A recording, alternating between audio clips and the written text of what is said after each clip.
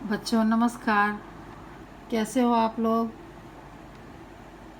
आज हम लोग आपके सेकंड चैप्टर का प्रश्नावली 2.4 करेंगे। लेक्चर नंबर 13 है ये। 2.4 का प्रश्न नंबर 1 दिखा, सब लोग देख रहे हैं ना। हाँ, प्रश्न नंबर 1 क्या है।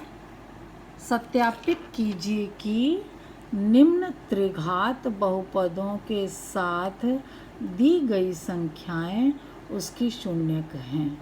शून्यक समझ रहे हैं ना, कि जिस मान को अगर हम त्रिघात बहुपद में रखें और मान 0 हो जाए तो उसका शून्यक होता है ना। प्रत्येक स्थिति में शून्यकों एवं गुणांकों के बीच के संबंध को भी सत्यापित कीजिए। यहाँ 2 प्रश्न हैं, है ना। एक ये त्रिघात बहुपद है, 3 घात वाला बहुपद, और उसके 3 शून्यक 3 अंक दिए हैं उसके सामने, 1/2, 1 और -2। ये तीनों इसके शून्यक हैं या नहीं ये हमें चेक करना है। इसी तरह दूसरे में भी 2, 1, 1 इसके शून्यक हैं कि नहीं ये हमें चेक करना है। तो पहले में ये बहुपद को px के रूप में लिखा जाता है। आपको पता है 9th क्लास में आपने पढ़ा था। px बराबर ये दिया हुआ है। अब p 1/2, x की जगह क्या रखेंगे 1/2, ये पहला अंक जो दिया है 1/2 रखा। तो आप ये कैलकुलेशन आपको समझना पड़ेगा अपने आप ही। 1/2 का क्यूब 1/8 होगा, 1/2 का स्क्वायर 1/4 होगा। इस तरह से ये जो नंबर्स आए इनको हमने सॉल्व किया तो कितना मान आएगा 0/4 यानी 0। ठीक, यानी p 1/2 0 है, इसका मतलब 1/2 शून्यक है। इसको हमने अल्फ़ा मान लिया, अल्फ़ा को क्या मान लिया 1/2। ठीक, अब p1 दूसरा अंक क्या है 1। p1 का मान निकाला तो जहाँ जहाँ x था वहाँ वहाँ मान 1 रखा। 1 रखने से ये कितना मान आ गया 0, पूरा टोटल जोड़ घटा के 0, इसलिए 1 क्या है शून्यक। बीटा इसको मान लिया हमने 1। ठीक, p -2 निकाला, यानी जहाँ जहाँ x है वहाँ -2 मान रखा। -2 मान रखने से ये जो आया ये भी टोटल होके कितना हो गया 0, अतः -2 भी शून्यक है। तो इन्होंने यही कहा था ना सत्यापित कीजिए, तो ये सत्यापित हो गया कि ये तीनों अंक क्या हैं शून्यक हैं। और इसको अब इनके संबंध और गुणांकों में, गुणांक क्या है इसके, देखो x³ का गुणांक 2 है, x² का गुणांक 1 है, x का गुणांक -5 है और कांस्टेंट कितना है 2।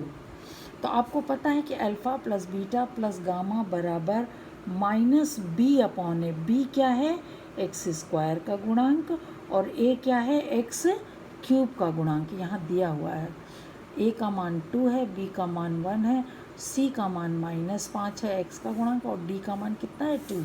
तो alpha plus beta plus gamma बराबर -b/a, और b और a का मान हमने यहाँ रखा तो 1/2 आएगा। तो अब ज़रा जो ये अल्फ़ा बीटा गामा तीनों इनको जोड़ कर देखें तो अगर इसका मान भी 1/2 आता है तो इसका मतलब पहले तो सही है ना। Alpha plus beta plus gamma बराबर -b/a। देखो इधर जोड़ा तो यहाँ भी -1/2 आ रहा है और इधर जोड़ा तो यहाँ भी -1/2 आ रहा है। ठीक है,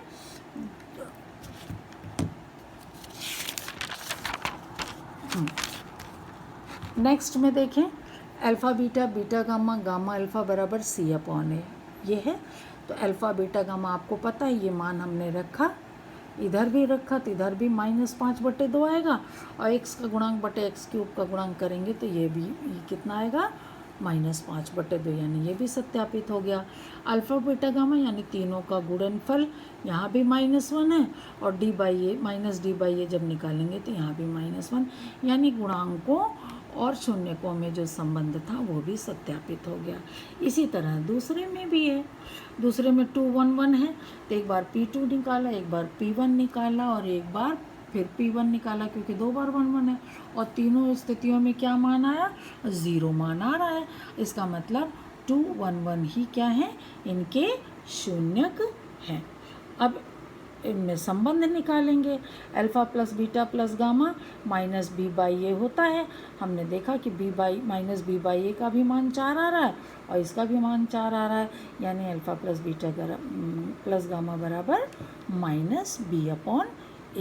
एक ये सत्यापित हुआ। दूसरा फिर दो दो का जोड़ा लेकर हमने मान निकाला 5 और सी अपॉन ए बाई भी 5 आया है। इसका मतलब ये भी सत्य है। और तीसरा अल्फ़ा बीटा गामा का मान निकाला 2 आ रहा है और माइनस डी बाई ए का भी मान 2 आ रहा है।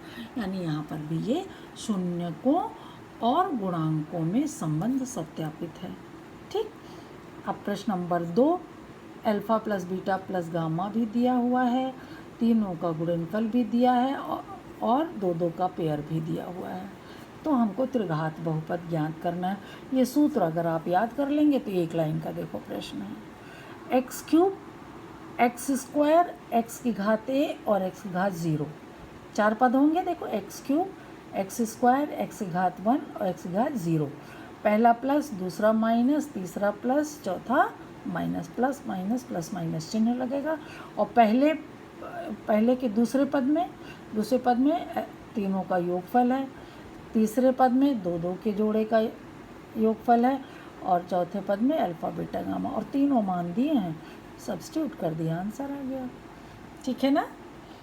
नेक्स्ट प्रश्न नंबर 3 देखिए। यदि बहुपद इतने के शून्यक a माइनस बी, ए और a प्लस बी हों तो a तथा b के मान ज्ञात कीजिए। आपको पता है कि तीनों का योगफल कितना, अगर ये अल्फ़ा है, ये बीटा है और ये गामा है, तो इनका योगफल कितना आता है, माइनस बी बाई ए। ठीक है। चूँकि यहाँ ए बी दिया हुआ है इसलिए यहाँ हम बी बाई ए को कैपिटल लेटर में लेंगे, गुणांक को किस में लेंगे, कैपिटल लेटर में। इसमें गुणांक ए कितना है, 1। ए माने एक्स क्यूब का गुणांक, बी माने एक्स स्क्वायर का गुणांक, सी माने एक्स का गुणांक और डी माने कांस्टेंट। तो alpha plus beta plus gamma बराबर माइनस बी बाई ए होता है। तीनों को जोड़ेंगे तो बी कैंसिल हो जाएगा, 3a बराबर 3 आएगा, यानी a का मान तो 1 आ गया है ना। a और b का मान निकालना था, a का मान 1 आ गया। इसके बाद हम तीनों का गुणनफल ले लेंगे, दो दो का पेयर वाला नहीं लेंगे, क्योंकि दो ही मान निकालना है a और b, तो 2 समीकरण पर्याप्त है। और तीसरा वाला, ये वाला बहुत बड़ा होता है, इसलिए इसको ना निकाल के तीनों को गुणा कर देंगे, a minus B A plus B. ठीक है। तो a minus B A plus B अगर हम निकालेंगे तो कितना आता है, आपको पता है। a की जगह 1 रख दें, 1 माइनस बी और 1 प्लस बी।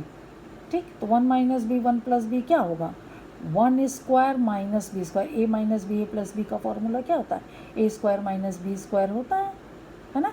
तो ए स्क्वायर माइनस बी स्क्वायर आएगा, तो ये 1 माइनस बी स्क्वायर, 1 इधर चला जाएगा तो कितना हो जाएगा, बी स्क्वायर बराबर 2 आएगा। यहाँ पर हम लोगों ने निकाला है, तो बी बराबर प्लस माइनस √2 आंसर आएगा। तो अल्फ़ा हमने ए माइनस बी माना था, अल्फ़ा को a माइनस बी माना, तो एक जगह 1 और b की जगह माइनस √2 रखेंगे तो ये मान आएगा, प्लस √2 रखेंगे तो ये आएगा। और बीटा a था तो a का मान 1 है, गामा a प्लस b था तो 1 प्लस √2 या 1 माइनस √2, यानी a का मान 1 और b का मान प्लस माइनस √2। यही तो पूछा था ना। और 4 घात वाले प्रश्नों को तो आप छोड़ दीजिए, आपके कोर्स में नहीं है। ठीक है। इसके बाद हम लोग शुरू करेंगे अध्याय 3। अध्याय 3 में 2 चर वाले रैखिक समीकरण युग्म की बात करेंगे। 2 चर वाले रैखिक युग्म समझते हैं, जोड़ा। और रैखिक मतलब एक रेखा को रिप्रेजेंट करने वाला। आपने 8th क्लास में भी ग्राफ खींचा है, रैखिक, जिसमें एक रेखा बनती है ना, जिसमें x और y के घात 1 होते हैं, उसको रैखिक समीकरण कहते हैं। 2 चरों वाले, 2 चर x और y, चर मतलब वेरिएबल, जिनका मान हमें ज्ञात ना हो और कुछ भी हो सकता हो, उसको चर कहते हैं। 2 चरों x और y में एक रैखिक समीकरण ax plus B Y plus C से निरूपित होता है। ठीक है। इसको ax plus B Y plus C बराबर 0 द्वारा भी निरूपित कर सकते हैं। ठीक है। जिसमें a b c तो गुणांक हैं और x और y क्या है, चर राशि है, यहाँ लिखा हुआ है ना। 2 चर अर्थात 2 अज्ञात राशि वाले रैखिक समीकरण को हल करने के लिए, अर्थात x तथा y का मान ज्ञात करने के लिए, हल करना मतलब x और y का मान ज्ञात करने के लिए हमें 2 रैखिक समीकरण की आवश्यकता होती है। और इन्हीं दो रैखिक समीकरण को ही हम समीकरण युग्म माने जोड़े में दो होता है ना, एक जोड़ा कहने पर दो आता है, तो इसका मतलब दो समीकरण होंगे दो अज्ञात राशियों में। अगर दो अज्ञात राशि है तो दो समीकरण होना भी ज़रूरी है, तभी x और y का मान निकल पाएगा। ये दोनों रैखिक समीकरण एक एक रेखा को प्रदर्शित करते हैं। 9th क्लास में हमने ग्राफ द्वारा ऐसी रेखाओं को प्राप्त किया था। इन दोनों रेखाओं को हम निम्न में से केवल एक प्रकार से ही दर्शाते हैं। कैसे? दोनों रेखाएं एक बिंदु पर प्रतिच्छेदित होंगी, या तो दोनों रेखाएं एक बिंदु पर प्रतिच्छेदित होंगी, ठीक है, या तो दोनों रेखाएं समांतर होंगी, तो कहीं नहीं प्रतिच्छेदित होंगी, या तो दोनों रेखाएं संपाती एक के ऊपर एक होंगी। समझ रहे हैं ना? तो अगर एक के ऊपर एक है तब तो x और y के अनंत हल होंगे, और पैरेलल हैं तो एक भी हल नहीं होगा, और प्रतिच्छेदी है तो एक हल होगा। जिस बिंदु पर प्रतिच्छेद कर रही हैं उस बिंदु पर जो x और y का मान है वही उसका हल होता है। समझ में आ रहा है बच्चों? यह दो चर वाले रैखिक समीकरण युग्म माने जोड़ा। अब यहाँ पर हम कुछ ग्राफ 9th क्लास का ज़रा सा रिवाइज करेंगे, 10th में भी खींचा था। उदाहरण 1 देखेंगे। समीकरण x - 2y बराबर 0 तथा 3x + 4y बराबर 20 को ग्राफ द्वारा हल करो। जब भी हम इस तरह के समीकरण पाएंगे तो हम लोगों ने 8th क्लास में पढ़ा था, x के मान को y के पदों में लिखो और y के मान को x के पदों में लिखो, ऐसा हम लोगों ने प्रश्न किया था। जब भी यहाँ पर 10th क्लास में ग्राफ खींचना हो तो हम y का मान x के पदों में लिखेंगे, है ना। इस समीकरण को हम इस प्रकार लिख सकते हैं ना, x बराबर 2y, और y का मान चूँकि निकालना है तो 2 से भाग दे देंगे तो y बराबर x/2 आएगा। एक ऐसी सारणी बनाएंगे x और y। अगर x बराबर 0 तो y बराबर भी 0। x का मान 2 रखेंगे तो 2/2 करके y का मान कितना आ जाएगा? 1 आ जाएगा। x का मान -2 रखेंगे तो -2/2 तो -1 आ जाएगा। इसी तरह x का मान 4 रखेंगे तो y का मान 2।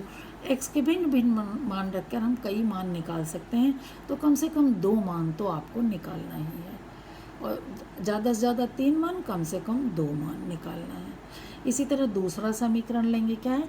3x + 4y बराबर 20। 4y यहीं रखें, 3x को इधर ले आएंगे तो -3x आ जाएगा। 20 तो अपनी जगह ही है, और 20 - 3x। अब 4 से भाग देंगे तो y का मान आ जाएगा, क्योंकि यहाँ 4 नहीं रहना चाहिए। 4 से भाग देने पर 4 पंजे 20 हो जाएगा, और यहाँ 3/4, यहाँ तो 4 से कटेगा नहीं, इसलिए 3/4x। ठीक है। अब फिर एक सारणी ऐसा बनाएंगे। इस सारणी में x का ऐसा मान लेंगे कि 4 से कट जाए और मान सिंपल सा आ जाए। तो पहले तो x बराबर 0 रखेंगे तो ये तो पूरा 0 आ जाएगा, तो y का मान कितना आएगा? 5। और x का मान 4 रखेंगे तो 4 4 कट जाएगा, 5 में से 3 आ गया 2। -4 रखेंगे तो 4 4 तो कटेगा, और ये माइनस प्लस होके 5 और 3 8 हो जाएगा। इसी तरह एक मान और भी निकाला है, इसकी ज़रूरत है नहीं। ठीक। अब हम दोनों समीकरणों को ग्राफ बनाएंगे। आपको पता है बिंदु प्लॉट करना, आपको पता है x बराबर 0 तो y बराबर 0। पहले समीकरण के लिए एक बिंदु ये हो जाएगा। 2x बराबर 2 तो y बराबर 1, x बराबर 2 तो y बराबर 1। एक बिंदु ये देखिए हो गया, दिख रहा है आप लोगों को साफ साफ। x बराबर 2 पर y बराबर 1। आप ग्राफ पेपर पर खींचेंगे तो और आसानी से हो जाएगा। हमको तो थोड़ी दिक्कत हुई स्केल बनाने में, है ना। -2 पर -1, -2 पर ये -1, इन चारों बिंदुओं को लेकर खींचा तो एक स्ट्रेट लाइन आपको ये मिल रही है। इसी तरह दूसरे वाले में x बराबर 0 पर 5, 0 पर कितना है? ये 5 देखिए। 4 पर 2 है, 4 पर कितना है? इसका मान 2 है। यहाँ पर बिंदु लगाया, इन दोनों बिंदुओं को मिलाते हुए खींच देंगे तो यहीं पर ये रेखाएं कट रही हैं, जहाँ पर क्या है? x बराबर 4 है और y बराबर कितना है? 2। यही इसका हल हो गया, x बराबर 4 और y बराबर 2। ग्राफ खींचना आपको आता है, या आप खेल में भी इसको खींच सकते हैं। 8th क्लास में भी आपने खींचा है, 9th में भी खींचा है ना। इसी तरह आप उदाहरण 2 देखिए। उदाहरण 2 में भी 2 समीकरण ऐसे दिए हुए हैं। इन दोनों समीकरणों के y का मान हमने x के पदों में लिखा। ये आना चाहिए आपको, y का मान x के पदों में, तो ये आया ये समीकरण। इस समीकरण से ये हम ये सारणी बनाते हैं। x का मान 0 रखेंगे तो y का मान 3 आएगा। x का मान 3 क्यों रखा, 3 कट जाएगा तो ये 1 आ जाएगा, है ना।